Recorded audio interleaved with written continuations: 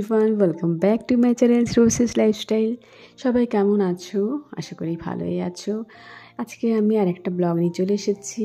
কাল বলেছিলাম পার্লারে আমি গিয়েছিলাম 2 দিন আগে, হেয়ার কাট করিয়েছি, তো সেই ব্লগটাই আজকে তুলে ধরছি।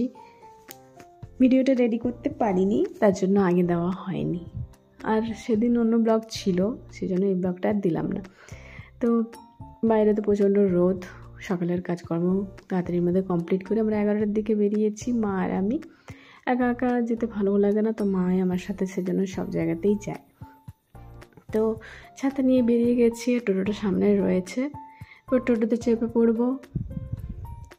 খুব একটা বেশি দূরে না, আমাদের যে নর্থ সাইডে যে মার্কেট রয়েছে সেই মার্কেটেই পার্লারটা।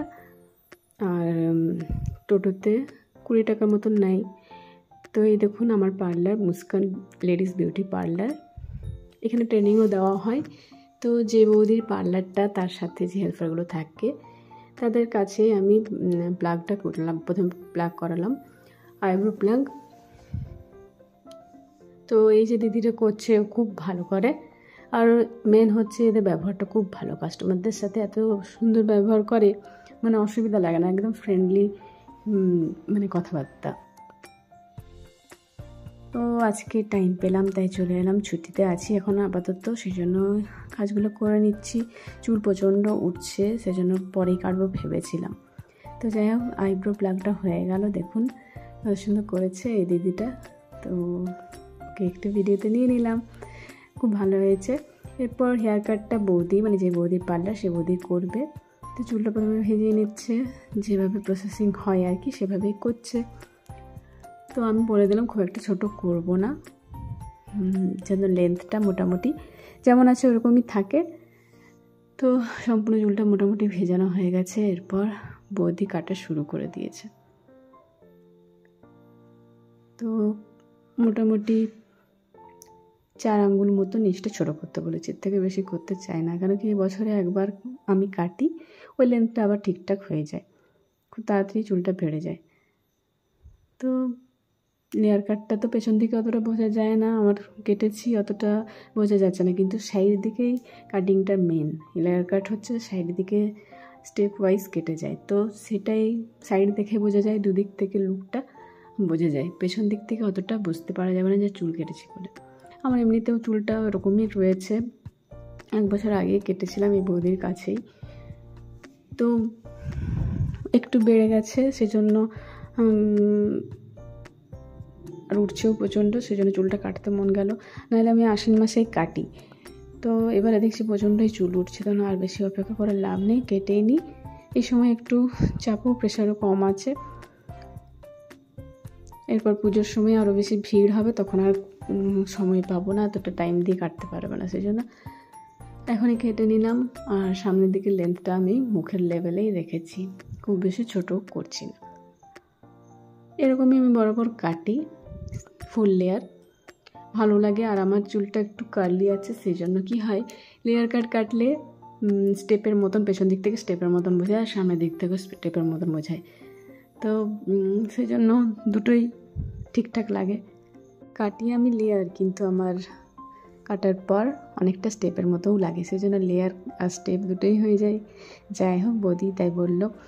তো মোটামুটি সামনের দিকটা হলো, এরপর পুরোটা আস্তে আস্তে হবে, একটু সময় তো লাগেই। আর এইসব কাটের জন্য চুলটা মাঝে মাঝে খুলে রাখাই ভালো, মানে যে কোনো ওকেশনে চুল খুলে রাখলে তবেই কাটটা বোঝা যায়, তা নাহলে ম্যাক্সিমাম টাইম তো আমি চুল বেঁধেই রাখি, সেজন্য অত বোঝা যায় না। কি করবে না, গরম যতদিন ততদিন তো কোনো দিন চুল খুলে আমি থাকতে পারি না, মানে যে কোনোই পার্টি হোক, ওকেশন হোক, চুল আমার মানে বাঁধা থাকে, কোনো রকমভাবে হেয়ারস্টাইল করি, কিন্তু চুল খোলা রাখতে পারি না। শীতকাল দিকটা ওটা সুবিধা হয়, চুল খোলা রাখা যায়, সে যেরকম সাজুন সেরকমই সাজা যায়। যে দেখুন ফাইনাল লুকটা এরকম। আর আমাকে বললো হিট দেওয়ার প্রয়োজন নেই, হিট দিয়ে সেট করে দেয়। তো আমিও অতটা ঠিক মনে করি না, গরম চুলগুলোও মনে হয় যেন পড়ে যাচ্ছে, এরকম টাইপের লাগে।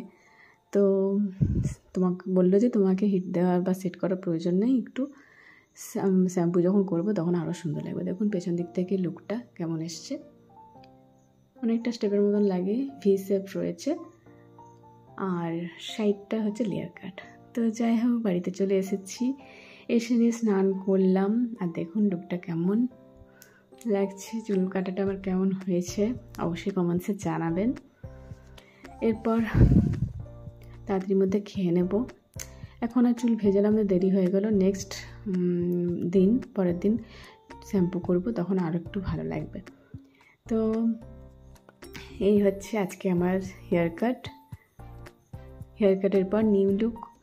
আপনাদের কেমন লাগলো আমার নিউ লুক অবশ্যই কমেন্টসে জানাবেন, ভালো লাগবে। আর এরপর চলে আসছি লাঞ্চে হয়েছিল খিচুড়ির সাথে আলু ভাজা আর আচার। তো সেটাই শর্টপট করে খেয়ে নিচ্ছি। আর সাথে ছিল মাখন, আচারও রয়েছে, মাখনও রয়েছে, কিছু করার নেই। খিচুড়ির সাথে মাখনটা একটু ভালো লাগে, তাই মাখন নেওয়া হয়েছিল। তো খেয়ে নিয়ে ঘুমিয়ে পড়বো।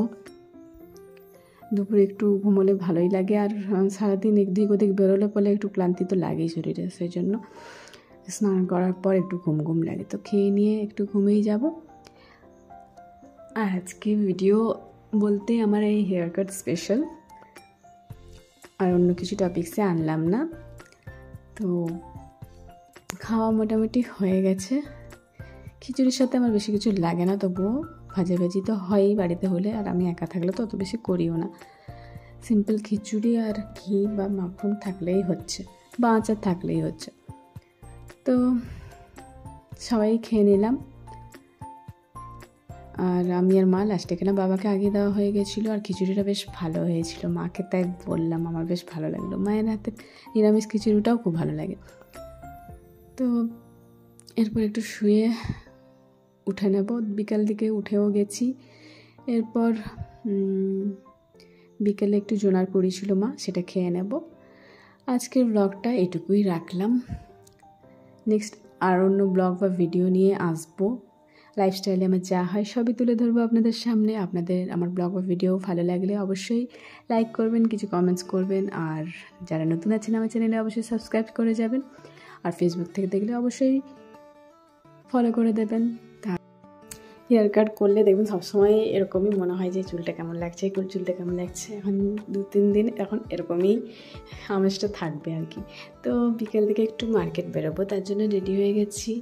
তো আরেকবার সেজন্য চুলটা দেখে নিচ্ছি কেমন লাগছে। আমার তো বেশ ভালোই লাগলো। আর আপনাদের কেমন লাগলো আমার নিউ লুক, নিউ হেয়ারস্টাইল, তো একটু জানাবেন, ভালো লাগবে কমেন্টসে। তাহলে আজকের জন্য এইটুকুই। নেক্সট আর অন্য ব্লগে দেখা হচ্ছে। সকালের সাথে থেকো, পাশে থেকো, সাপোর্ট করো। Stay tuned with me. Bye, take care all, and tata.